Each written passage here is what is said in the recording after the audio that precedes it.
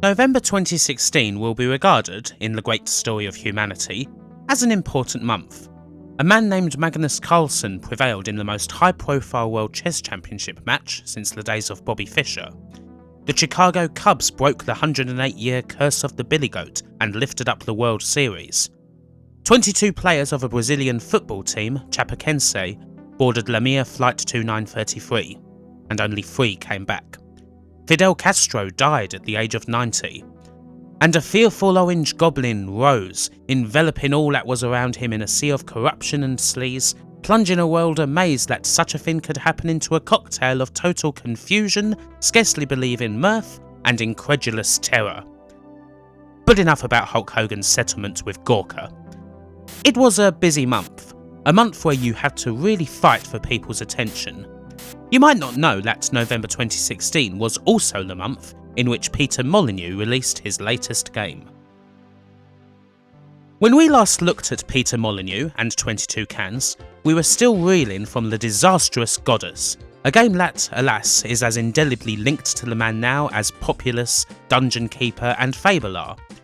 It was 2015 when Molyneux announced that he was going to be shutting himself up, that he was simply going to concentrate on designing games and that he would not talk to the press.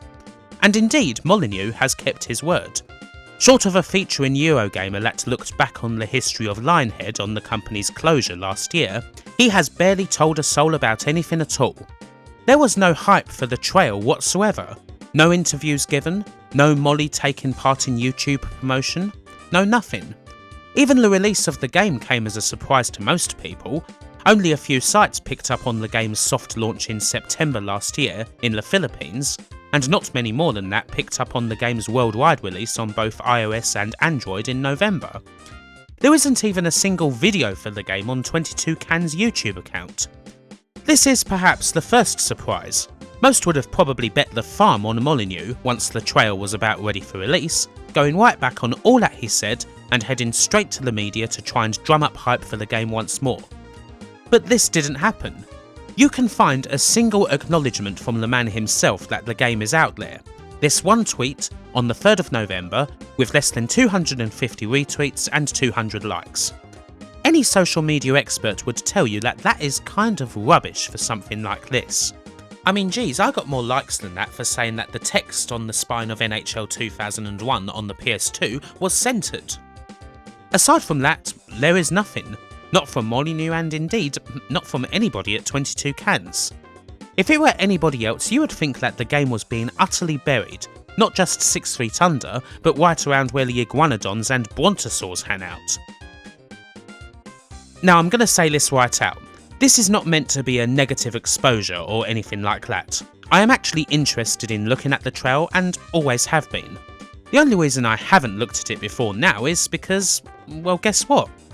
I didn't know about it. I only knew that it had quietly been released in the Philippines for iOS only. I didn't know it was now out worldwide and on Android until, well, now basically. I am curious about why, however, because it feels so strange that one of the most high-profile men in gaming releases something so low that barely anyone has bothered to report on. It's quite amazing even after all that's happened. It even in a way feels a little bit sad. The trail almost feels like a game in exile. This is Peter Molyneux on St. Helena, unable to shout at the world as he once did. The game is his message in a bottle. But then, this is not an exile by force. If Molly had chosen to go out there again and pound the press circuit as he'd done for 25 years previously, the doors would have hardly shut on him. We'll get to the game itself, of course, to see if the trail is a message that is worth plucking from the ocean. But first I want to at least theorise on why the game's release has been so quiet. Right. One obvious angle, at least when looking at the core gaming press that usually covers games by folks like Molyneux, is that it's mobile only. Mobile games still have that air of stigma around them, some of which is justifiable. Casual for me is not a stick-to-beat game within the slightest, but freemium, which many mobile games are, a game that is free to install but then hammers you with microtransactions and does indeed describe the trail, is a subject that tends to produce strong opinions. In the end, it all boils down to mobile games not being taken seriously, and it's worth looking at the trail to see if it's a game that could have changed the perception of mobile games in any way. But also, well, I know there is one angle that a lot of people would like me to take.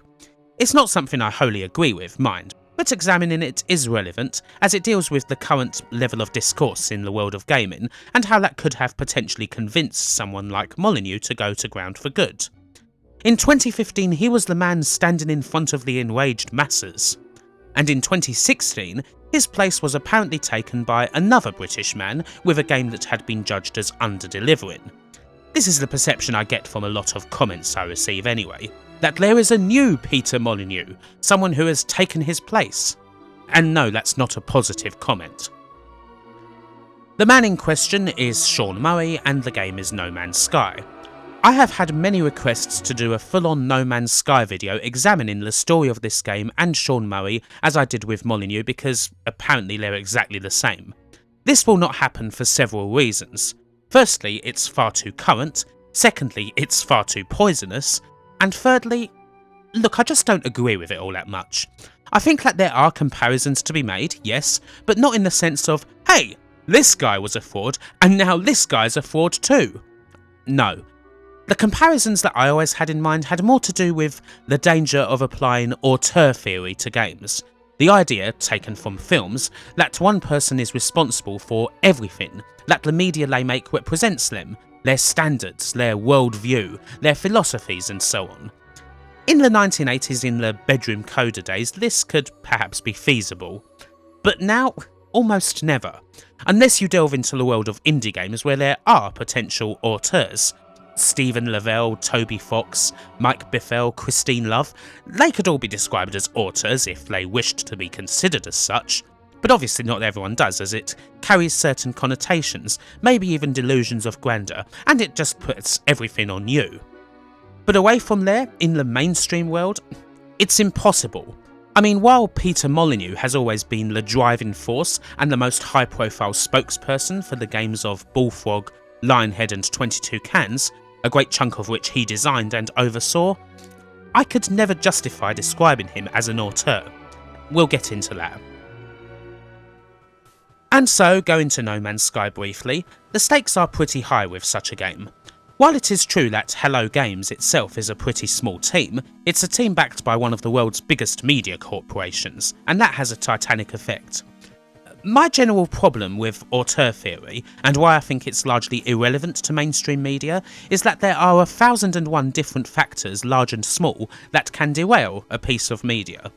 A piece of media, game, movie, whatever, is until release essentially a giant Jenga tower that constantly has pieces pulled out of it, any one of which could irreparably disrupt the structure and cause the entire thing to come crashing down.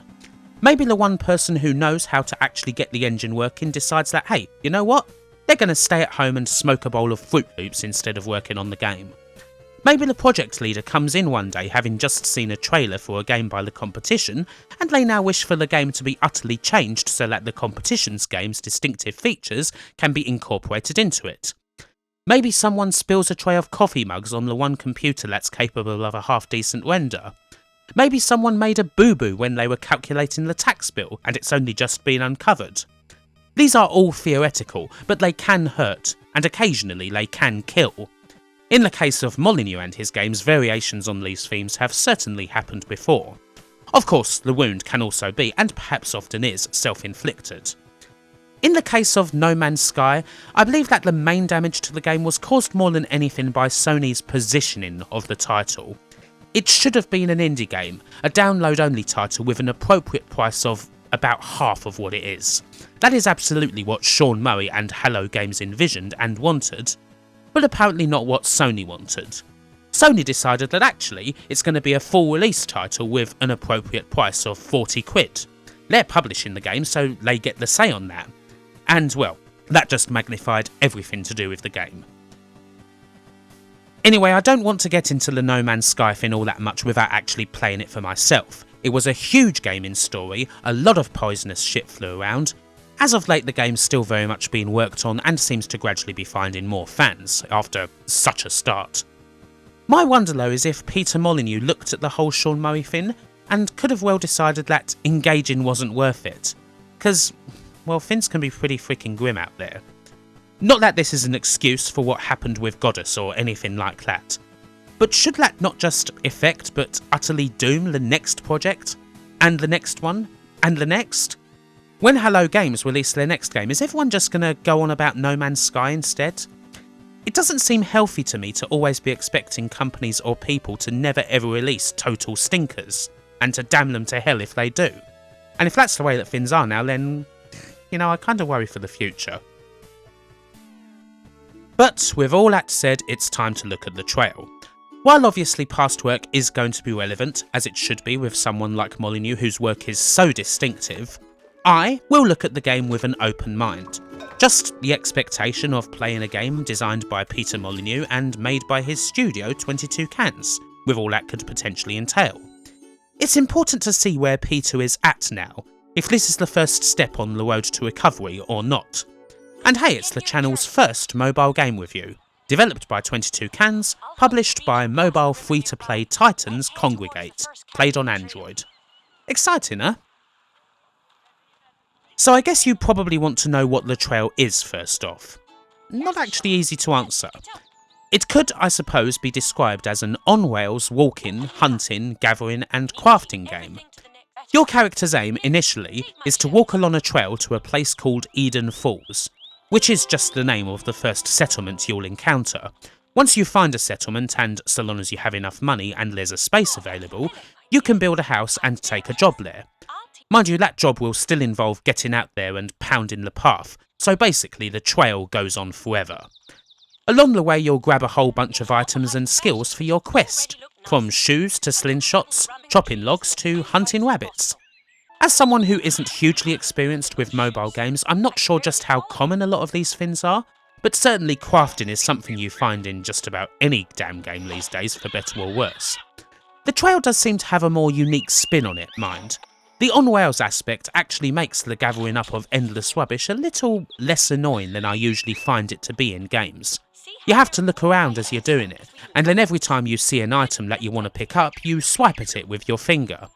Swiping also controls the speed of your character, the aforementioned log chopping, and indeed basically everything in the game. Your mileage may vary on how good that is to you. One thing that does help the game should be readily apparent. Geez, it's actually very pretty. The game's graphical style, while certainly inspired by other games, Tearaway in particular springs to mind, is very charming indeed. It's nice to see a Molly game that has good graphics once more, especially after, you know, Goddess. For a mobile game, it looks absolutely fantastic. And there's lots of little swipey games here and there, sorting through your bag, trading items on a belt. It's all kind of relaxing once you get used to it, and you'll certainly get the chance to get used to it through a typically overlong Molyneux tutorial that goes full bore into damn near every detail of the game. Lord how I miss those. And yet it still feels compelling. One big part of the game's appeal as a mobile game is the dip-in, dip-out quality. I can see that you could play this literally for a few minutes at a time, taking in the trail from one camp to the next, because that's all it takes to reach another rest point, usually. These games aren't meant for hours of play, it's a few minutes snatched between breaks. And the trail hits that mark very well in a way that Goddess never remotely looked like doing. So, a couple of hours or so into the trail, you gradually learn the little intricacies of its design. You learn what the outlines on objects actually mean, which helps you decide whether they're worth taking or not, and makes walking more than just a bunch of mindless swipes. The game also has excellent bag sorting mechanics, allowing you to pack all your crap in just the right way in order to maximise room. Anyone who's played Resi 4 knows how fun it is to obsess over a bag. You get well into all the little mini-games, the rapid buying and selling of trading time, using as few swipes as possible to cut down a tree, and my personal favourite, hunting rabbits with a catapult. The thing that I really like about the trail is that for a casual mobile game, it's far from mindless. It always requires a level of engagement, for you to always be looking around your surroundings and doing these little bits of micromanagement. Again, it's a vast improvement in this regard over both Artsy Cookie Clicker and Unfinished God Game. The trail feels like a finished, fully realised piece of work. There's nothing here that feels like it was a compromise or a hack job of something that was supposed to be grander. And thinking about it, I'm not sure when the last time was that I could say that about a Peter Molyneux game. So it should be clear by now that the trail is easily the best thing 22 Cans have released to this point, even if that's not actually saying a lot. But is it actually good? Before that question, there is obviously other mobile type things to consider. How does this free game make money? And how obnoxious is that monetization? Well, there's two types of currency in the game: chits and favours. Chits are a regular in-game currency that you earn through trading, gathering and so on. Favours are earned through buying them. With favours you can get invincible bits of clothing, much bigger bags and so on. And it's a hell of a lot harder to get these things through chits. A more egregious example of favours is when it comes to stamina. If you walk too long without stopping or eating, your stamina is depleted and you fall over. In this state you could easily have your items nicked. Keeping a bunch of apples on hand can be a burden and isn't exactly easy. But a couple of favours, valued at around 30p, will instantly refill your stamina. Of course though, you can't just buy 2 favours. I think the least you can buy is 50 and that costs about a £5. There is also the occasional bit of advertising here and there. You know, watch an ad and you can earn some cash, get some stamina and so on. So, on the whole, this is pretty much par for the course. If you're playing just about any game published by Congregate, you should expect this. It would be nice to have some way, however superficial, of earning favours that isn't just buying them. It's a simple exercise in how mobile monetization works, tempting people through the path of least resistance, essentially making money out of cheating. So common now that outrage is hardly even warranted, and would be bullshit in any case. I could do a fake scream about monetization killing video games, but then I'd have to ignore my bank statement showing how much money I've spent on opening packs in FIFA over the past month. Still, I only allow one game unfettered access to my bank account at a time. The question is the trail possible to play and fully enjoy without spending money on it? And I would say that on the whole, yes it is. The core of the game isn't massively affected by it beyond not having the best equipment and the like. If you're into the trail for the same reasons that I am, purely to have a nice little walk in picturesque scenery every so often, then it isn't necessary for you to spend money. Obviously there'll certainly be a few hardships here and there, and a few big grinds, but is there a brick wall? Not really. In summary, the trail is basically a different take on the typical mobile endless runner. An endless walker, if you will. And it is good. I recommend the game. It's one that sticks with me, and one that makes me want to come back to it, to have a nice little walk here and there. It's nothing groundbreaking, a very typical mobile game in new clothing, but I like it. For 22 Cans it is undoubtedly a step in the right direction. In a way it does actually make me feel quite sad, because it's something that probably deserved to get more recognition than it did, deserved to be pushed out there more. But it had the misfortune to follow a catastrophe. 22 Cans, Simon Phillips and Peter Molyneux feel perhaps that they aren't quite there yet. And while I may indeed say that the trail is the best game that Peter Molyneux has released in years, there is still a long way to go. But they've undeniably done pretty well here. However, a part of me worries that in releasing the trail ever so quietly, that in this climate 22 Cans are postponingly inevitable. That someday you would hope they'll come up with something that needs pushing, that has to really go out there, that requires the man's presence to actually sell it in that heart-on-sleeve, self-assured way that nobody else can quite emulate. And then the storm will streak through the door again. It's going to be tough for 22 Cans to simply hide away forever if they are to survive and thrive. But in any case, the trail does mark a few steps in the right direction, a sign that they're finding their feet, and plenty other tired walking based analogies besides that. In the end, the trail has a certain loneliness about it. A game where you're always moving forward in search of a seemingly impossible finish line, where you only ever meet people in passing, never truly getting to know anyone. A game that actually makes you feel kind of small. I know this is something people dig about No Man's Sky as well, funnily enough. Personally, I always get this sort of feeling from the almighty Euro Truck Simulator 2, a game with no faces, just a bunch of towns, a bunch of jobs and a radio. You don't need anything else. And here all you need is a hat, some shoes, and your old kit bag. There's a dreamy calm in this loneliness that's very appealing, because you don't often find it in games. There's no real pressure to achieve that ultimate goal. It's there, but you'll do it at some point, in the fullness of time. And that feeling, as it goes, is really quite compelling. Bye for now.